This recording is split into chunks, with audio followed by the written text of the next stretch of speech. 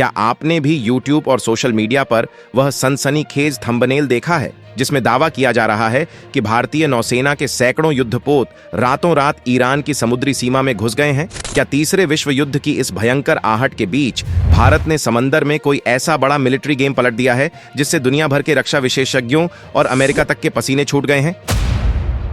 दोस्तों, मार्च 2026 के इस सुलगते हुए मिडिल ईस्ट में जहां हर दिन मिसाइलों और ड्रोन्स के हमलों की खबरें आ रही हैं, वहां ऐसे दावे किसी कूटनीतिक धमाके से कम नहीं लगते। इंटरनेट पर यह बात आग की तरह फैल रही है कि भारतीय नौसेना ने ईरान में घुसकर पश्चिमी देशों को खुली चुनौती दे दी है। लेकिन अंतर्राष्ट्रीय राजनीति और रक्षा विज्ञान में जो सोशल मीडिया के क्लिकबाइट थंबनेल पर दिखता है, हकीकत उससे बहुत अलग और कहीं ज्यादा गहरी होती है। आज के इस वीडियो में हम इन सनसनीखेज दावों से पर्दा हटाएंगे और आपको बताएंगे भारतीय नौसेना के असली ऑपरेशन और भारत की उस साइलेंट कूटनीति की सच्ची स्टोरी जिसने सच में ग्लोबल गेम पलट कर रख दिया है। सबसे पहले हमें यह समझना होगा कि आखिर समंदर में और जमीन पर इस वक्त ऐसी कौन सी ऐतिहासिक घटना घट रही है जिसे मीडिया भारत का गेम पलटना कह रहा है। इस पूरी घटना की शुरुआत 2023 के अंत और 2024 की शुरुआत में हुई थी, जो मार्च 2026 तक आते आते एक भयंकर समुद्री संकट में बदल चुकी है। मिडिल ईस्ट में अमेरिका, इजरायल और ईरान समर्थित गुटों के बीच तनाव अपने बॉइलिंग पॉइंट पर है। यमन के हूती विद्रोहियों ने रेड सी और बाब अल मंडेब जलमरू मध्य से गुजरने वाले कमर्शियल जहाजों पर एंटी शिप बैलिस्टिक मिसाइल्स और आत्मघाती ड्रोन्स से हमले शुरू कर दिए थे। हालात इतने खराब हो गए कि दुनिया की सबसे बड़ी शिपिंग कंपनियों जैसे मायर्स्क और हापाग-लॉयड ने इस छोटे और सस्ते रास्ते से अपने जहाज भेजना पूरी तरह से बंद कर दिया। पूरा ग्लोबल ट्रेड ठप पड़ने लगा। इसी बीच ईरान ने भी स्ट्रेट ऑफ हॉर्मूज में अपनी गश्त तेज कर दी और पश्चिमी देशों से जुड़े जहाजों को पकड़ना शुरू कर दिया। इसी खौफनाक माहौल में अचानक यह खबर ब्रेक होती है कि भारत के कई व्यापारिक जहाज, जिनमें महत्वपूर्ण LPG, क्रूड ऑयल और केमिकल टैंकर शामिल थे, इस बारूदी समंदर में फंस गए हैं। दुनिया को लगा कि अब भारत में हाहाकार मचेगा, तेल की कमी होगी और महंगाई आसमान छुएगी। लेकिन तभी सोशल मीडिया पर रातों रात यह अफवाह फैल गई कि भारत ने अपने सैकड़ों जंगी जहाजों का बेड़ा सीधे ईरान की समुद्री सीमा में घुसा दिया है ताकि वह अपने जहाजों को जबरदस्ती निकाल सके। और चमत्कार देखिए, जहां अमेरिका और ब्रिटेन जैसे देश अपने जहाजों को सुरक्षित नहीं निकाल पा रहे थे, वहीं भारतीय व्यापारिक जहाज इस मौत के कुएं से बिना किसी खरोंच के सुरक्षित भारत के तटों पर पहुंच गए। इसी घटना ने पूरी दुनिया की कूटनीति में खलबली मचा दी है। इस अभूतपूर्व घटनाक्रम ने ग्लोबल कूटनीतिज्ञों, रक्षा विशेषज्ञों और आम जनता के मन में कुछ बेहद तीखे और लाजमी सवाल खड़े कर दिए हैं। पहला सवाल, क्या सच में भारत ने अंतर्राष्ट्रीय नियमों को तोड़कर अपने जंगी जहाजों को ईरान के अंदर या हरमुज जलमरू मध्य के खौफनाक इलाके में घुसा दिया है, जैसा कि थंबनेल में दावा किया जा रहा है? दूसरा सवाल, जब अमेरिका ने इस समुद्री संकट से निपटने के लिए ऑपरेशन प्रॉस्पेरिटी गार्डियन नाम से एक शक्तिशाली अंतर्राष्ट्रीय नौसैन्य गठबंधन बनाया था, तो भारत ने उसमें शामिल होने से साफ इनकार क्यों कर दिया? तीसरा और सबसे बड़ा सवाल, अगर भारतीय नौसेना के जहाज ईरान की सीमा में नहीं घुसे तो फिर हमारे तेल और गैस के जहाज उस बारूदी समंदर से बिल्कुल सुरक्षित बाहर कैसे आ गए?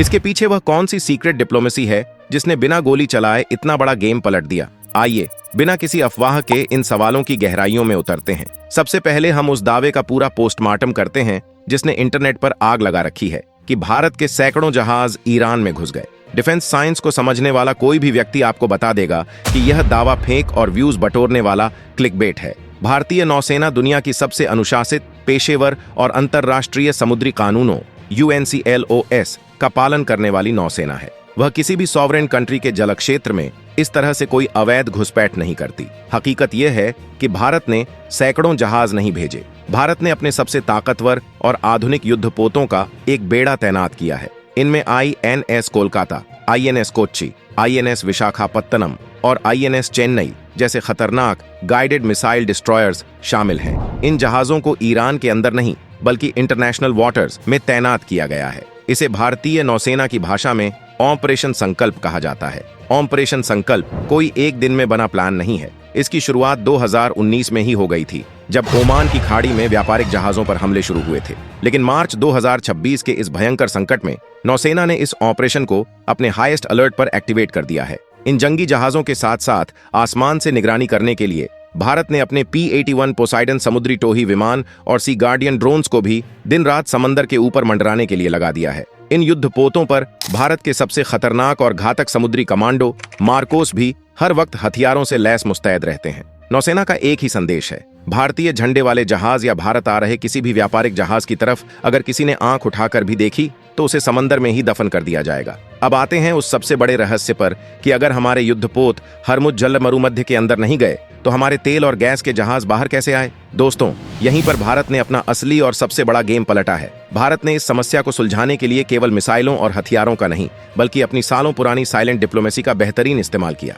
मार्च के इस तनाव के बीच भारतीय विदेश मंत्रालय MEA और विदेश मंत्री डॉक्टर S जयशंकर ने सीधे ईरान के शीर्ष नेतृत्व के साथ बैक चैनल और हॉटलाइन पर बातचीत शुरू कर दी। भारत ने ईरान को यह स्पष्ट संदेश दिया कि जो जहाज भारत आ रहे हैं वे किसी युद्ध का हिस्सा नहीं हैं, बल्कि वे भारत के 140 करोड़ आम नागरिकों की बुनियादी ऊर्जा जरूरतों जैसे रसोई गैस और पेट्रोल को पूरा करने के लिए हैं। ईरान, जो भारत को एक बेहद अहम रणनीतिक और आर्थिक साझेदार मानता है, उसने तुरंत भारत की इस कूटनीति का सम्मान किया। नतीजा क्या निकला? जब भारत के LPG टैंकर हरमुज के खतरनाक रास्ते से निकले तो उन्हें भारतीय नौसेना ने नहीं बल्कि खुद आयरानियन नेवी और IRGC ने एस्कॉर्ट किया। जी हाँ, यह कूटनीति का वह करिश्मा है जिसे पश्चिमी देश समझ ही नहीं पाए। ईरानी नौसेना ने खुद भारतीय जहाजों को बारूदी सुरंगों और संभावित हमलों से बचाते हुए हरमुज के उस पार सुरक्षित छोड़ा और वहां से अरब सागर में पहले से तैनात भारतीय नौसेना के डिस्ट्रॉयर्स ने उन्हें अपनी सुरक्षा में लेकर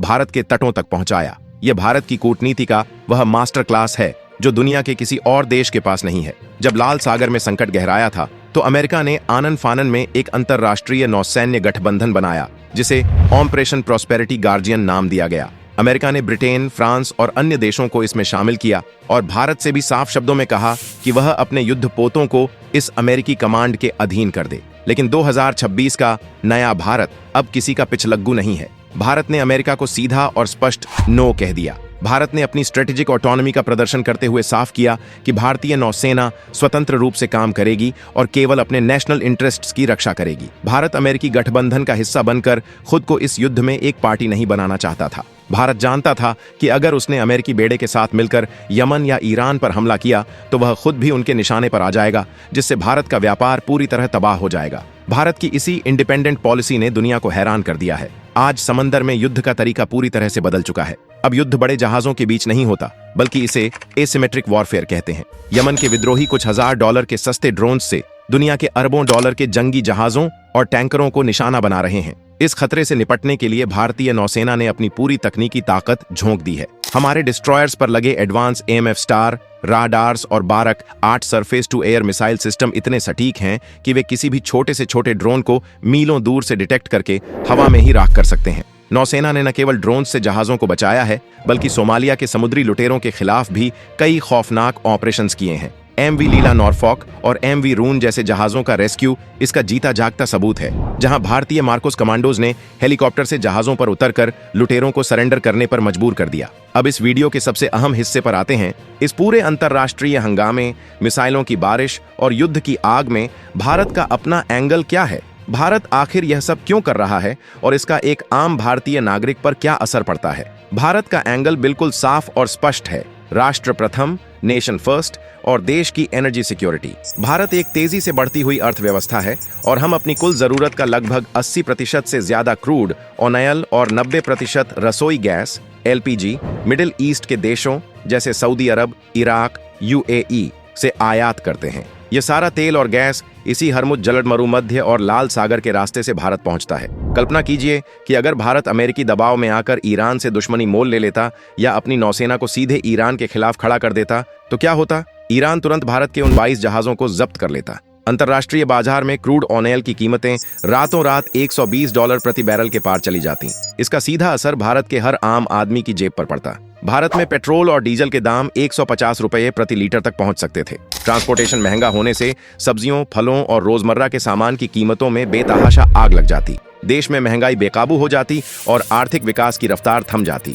भारत के विदेश नीति निर्माताओं और नौसेना ने मिलकर देश को इसी भयानक आर्थिक सुनामी से बचाया है। भारत की यह रणनीति यह साबित करती है कि विदेश नीति केवल सीमाओं पर सेना खड़ी करने का नाम नहीं है, बल्कि वह सीधे तौर पर हमारे घर की रसोई और हमारी जेब से जुड़ी हुई है। इसके अलावा भारत का एक और बहुत बड़ा एंगल चबहार पोर्ट है। तमाम अमेरिकी धमकियों और प्रतिबंधों की चेतावनियों के बावजूद भारत ने मई 2024 में ईरान के साथ चाबहार पोर्ट का 10 साला समझौता किया था। आज लाल सागर के बंद होने के बावजूद भारत का व्यापार चाबहार के international north south transport corridor (INSTC) के जरिए धड़ल्ले से चल रहा है। भारत ने पाकिस्तान को बायपास करके चीन के ग्वादर पोर्ट को पूरी तरह से वीरान कर दिया है। यह भारत की रणनीतिक स्वायत्तता है। हम दुनिया के इकलौते ऐसे देश हैं जो एक तरफ अमेरिका से प्रीडेटर ड्रोन्स खरीद रहे हैं, दूसरी तरफ इजरायल के साथ हमारी गहरी रक्षा और कृषि साझेदारी है, रूस से हम सस्ता तेल खरीद रहे हैं और उसी समय ईरान के साथ अपने चाबहार पोर्ट और जहाजों की सुरक्षा की डील भी पूरी सफलता से कर रहे हैं। हाल ही में जब एक ईरानी जंगी जहाज को समंदर में रेस्क्यू की जरूरत पड़ी तो भारतीय नौसेना ने सबसे पहले मदद का हाथ बढ़ाया।